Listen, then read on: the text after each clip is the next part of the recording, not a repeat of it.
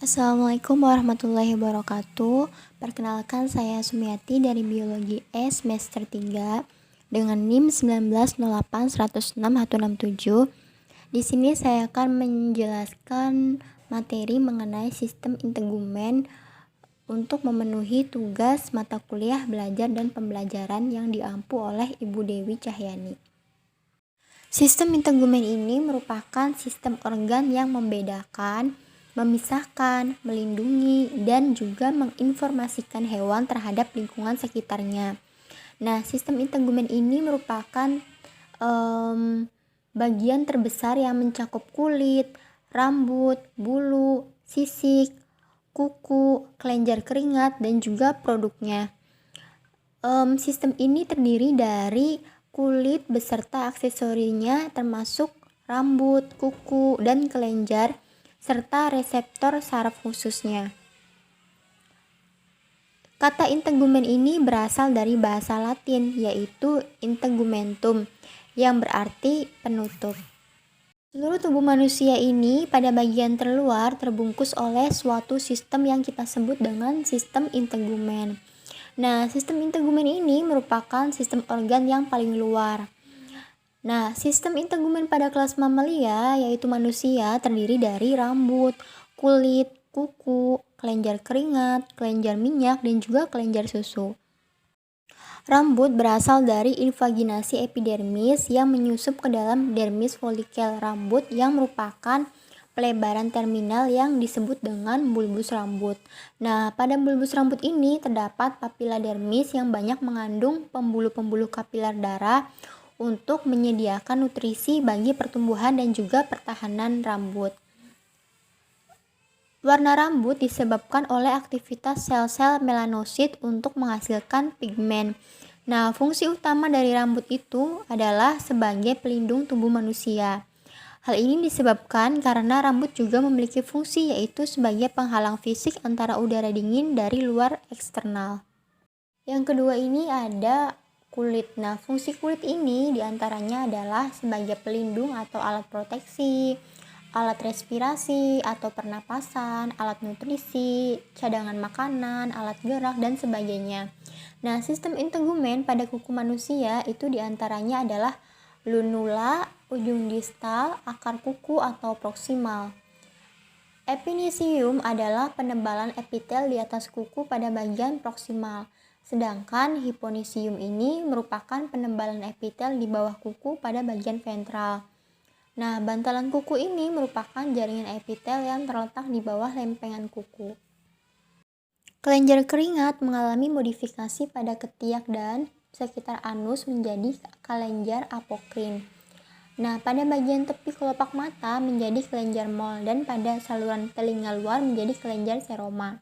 Kelenjar susu ini merupakan modifikasi dari kelenjar keringat kecuali pada monotremata. Nah, kelenjar susu pada mamalia umumnya itu berkelompok pada daerah tertentu yang kita sebut dengan mamae atau bris, dengan saluran sekretorisnya yang bersatu membentuk puting susu. Nah, kelenjar minyak jika dilihat dari jumlah dan bentuknya itu merupakan kelenjar asinus atau alveolar. Sedangkan jika dilihat dari cara pelepasan sekretnya itu termasuk kelenjar holokrin. Sistem integumen pada vertebrata diantaranya pada kelas Aves dan juga kelas Pisces. Nah, pada kelas Aves, yaitu contohnya pada hewan ayam, integumennya itu terdiri dari paruh, cakar, dan juga bulu. Sedangkan pada kelas Pisces atau ikan, hewannya itu contohnya pada ikan, integumennya itu terdiri dari sisik. Yang pertama ini ada sistem integumen pada kelas Aves. Nah, Aves ini merupakan kelompok vertebrata yang hampir seluruh tubuhnya itu tertutup oleh bulu. Nah, tubuh Aves ini yang dibedakan atas paruh, kepala, leher, badan, sayap, tangkai, dan juga ekor.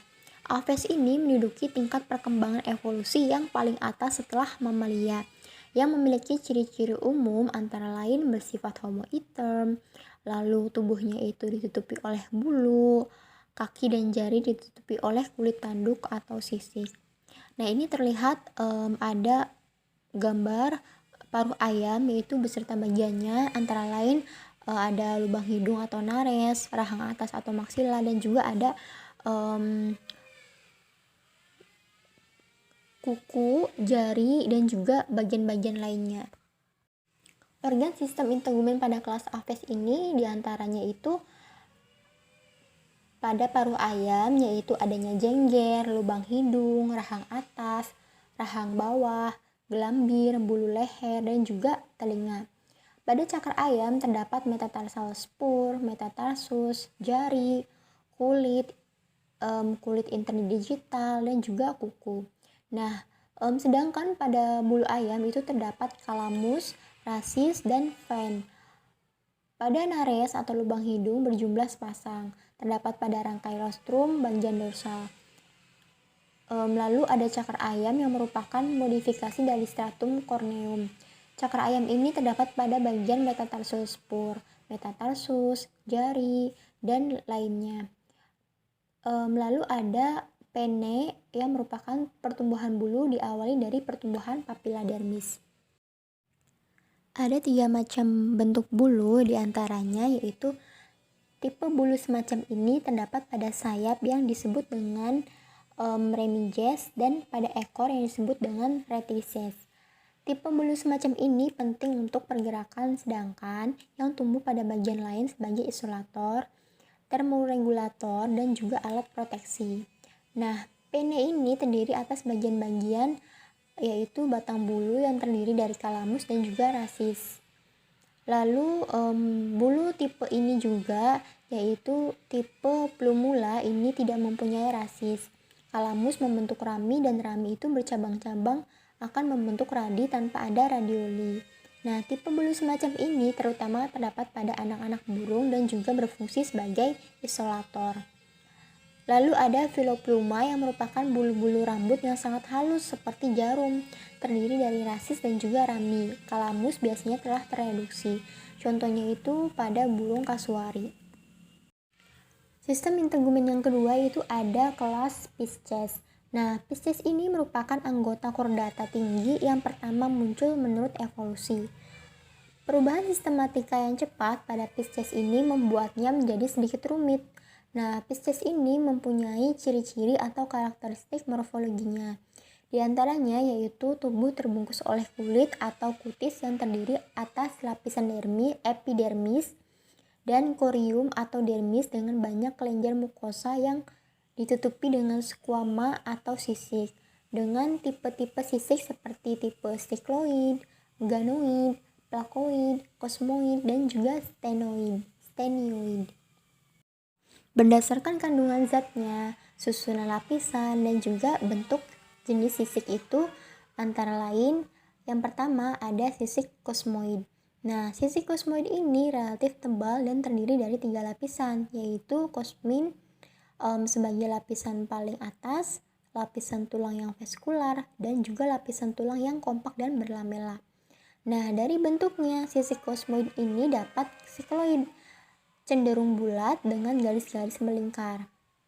Sisik kosmoid ini terdapat pada dipnoi dan juga lainnya. Nah, yang kedua ini ada sisik ganoid.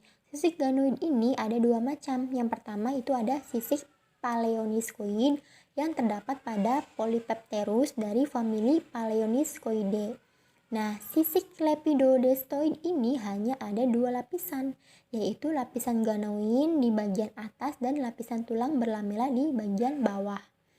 Bentuk sikloid seperti pada Cyprinus atau bentuk stenoid pada Persa. Nah, sisik plakoid ini merupakan sisik yang memiliki tipe dijumpai pada ikan Chondrichthyes, pada ikan hiu dan juga ikan pari. Nah, sisik ini sering kita sebut dengan dermal denticle. Sisik plakoid ini sendiri berbentuk segitiga yang merupakan bagian basalnya itu mendatar dan menempel pada lapisan dermis, serta ujungnya itu menonjol menghadap ke arah posterior. Nah, ini adalah contoh dari jenis-jenis sisik pada kelas Pisces, ada ganoid dan juga lainnya.